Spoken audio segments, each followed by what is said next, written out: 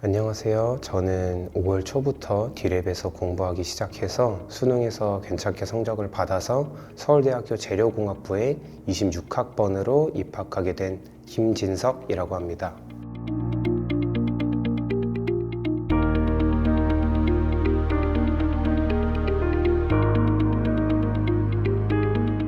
솔직히 운도 조금 따랐다고 생각을 하고 공부한 거에 비해서 과분한 성적을 받았다고 생각하고 있는데, 막상 수능 성적표를 받아보고 또 학교에 입학하고 나니까 제가 공부했던 것들이 다시 한번 기억을 훑고 지나가면서 많이 뿌듯했고, 또 주변에서도 많이 칭찬도 해주시고 하니까 너무 좋았던 것 같습니다. 제가 생각했을 때 고3 시절 제가 공부하는 척만 했다고 하는 행동은 앉아서 집중만 하지 않고 딴 생각을 하는 등의 좀 정신이 산만했던 그런 행동이었는데요. 재수를 하면서는 제가 앉아있고 공부할 시간 동안은 절대로 딴 생각을 하지 말고 온전히 책과 나 단 둘의 시간만에 집중하자라는 마음가짐으로 바꾸었던 것 같습니다. 다른 재수 학원들이랑 비교를 했을 때 우선 기숙학원 같은 경우에는 제가 편하게 생활하지 못해서 컨디션이 좋게 유지되지 못할 것 같았고, 재수 종합반 같은 경우에도 역시 제가 필요한 부분만 학습해야 하는 것이 아니라 다른 과목도 좀 강제성 있게 들어야 하는 점이 마음에 안 들었었습니다.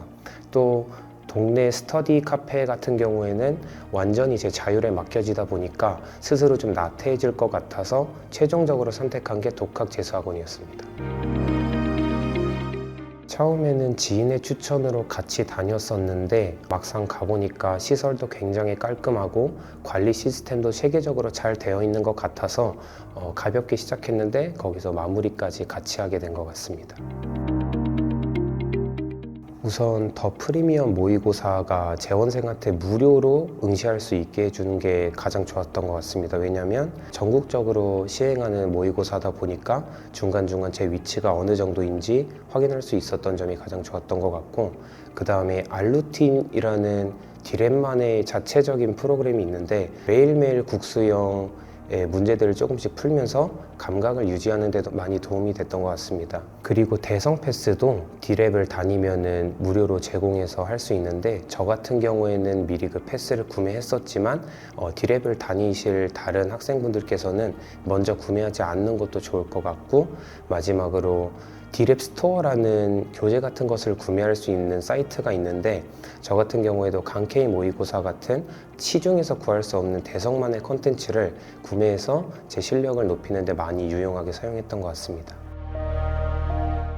제가 생각했을 때 국어라는 과목은 공부할 때 혼자 생각해보는 시간을 가지는 게 가장 중요하다고 생각합니다. 별 생각 없이 남들 다 듣는 것처럼 인강을 따라 들으면서 필기만 하고 무슨 내용인지 이해도 되지 않은 채 그냥 계속 선생님의 수업을 따라가는 것은 국어 실력을 본질적으로 올려주지 못하는 것 같습니다.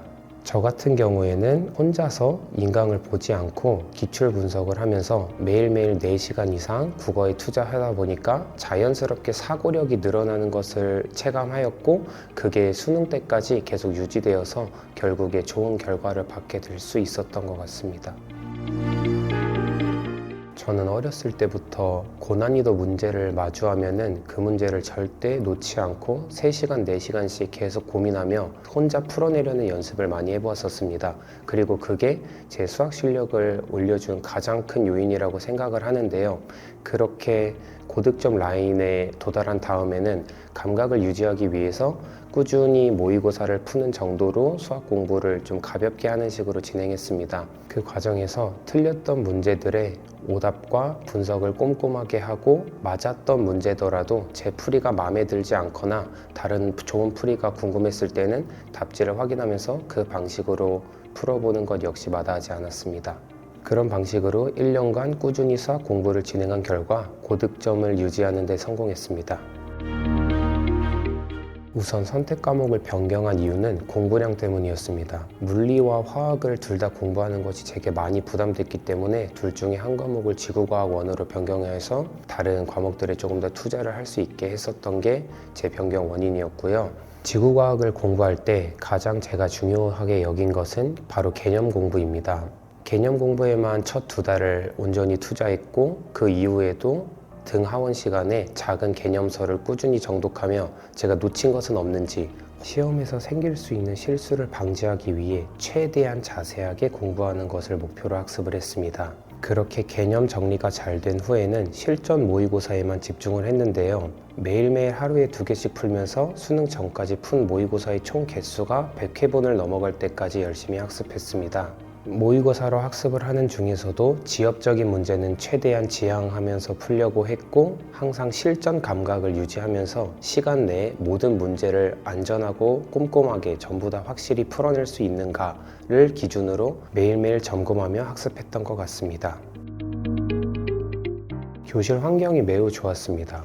천장이 높아서 탁 트인 느낌을 주고 답답하지 않았으며 환기도 잘 되는 느낌이었습니다. 그리고 급식도 맛있어서 자주 이용했던 기억이 있습니다. 하지만 가장 좋았던 것은 학습 관리와 교시제입니다. 특히 1교시와 2교시가 상대적으로 긴 편인데 이를 버텨내면서 학습하다 보니까 제 생활 패턴이 교정되는 느낌을 받았습니다. 그리고 그것이 수능날까지 이어져서 아침 1교시의 국어 시간에 집중력을 유지해서 그 컨디션이 끝까지 좋게 가서 고득점까지 노려볼 수 있었던 것 같습니다. 저는 매일매일 세운 계획을 반드시 끝내고 귀가한다라는 마음가짐을 꾸준히 유지했는데요. 이러한 것을 유지하는 데 가장 중요한 것은 바로 적당한 계획 세우기인 것 같습니다. 하루에 많은 공부를 하겠다고 무리하게 계획을 크게 잡거나 하면은 그날 계획했던 것을 전부 다 완료하지 못하고 다음날로 미루고, 그러면 다음날의 계획까지 틀어지게 되는 상황이 발생할 수 있는데요. 적당한 양에 타협할 수 있을 만한 공부량을 세우고 그것을 완료하는 것만으로 매일매일 반복하여도 수능날까지 충분한 공부량을 만들어낼 수 있을 것 같습니다. 재수 중반이 넘어가면서 저도 슬럼프가 찾아오고 무기력해졌을 때가 있었는데요. 그때 제가 해결해낸 방법은 바로 실제로 아무것도 안 하고 쉬는 것이었습니다. 학원에 가서 집중도 하지 않고 멍만 때리고 오는 것보다는 그냥 편하게 쉬는 것이 더 낫겠다고 판단을 하였고, 그렇게 일주일 정도 아무것도 하지 않고 쉬었을 때 그 아무것도 하지 않음에서 오는 불안감과 초조함이 저를 공부하게 만드는 원동력이 되었고, 그것이 수능까지 쭉 이어졌던 것 같습니다. 저는 N수를 시작하려면 정말 독하게 1년을 보내야 한다고 생각합니다.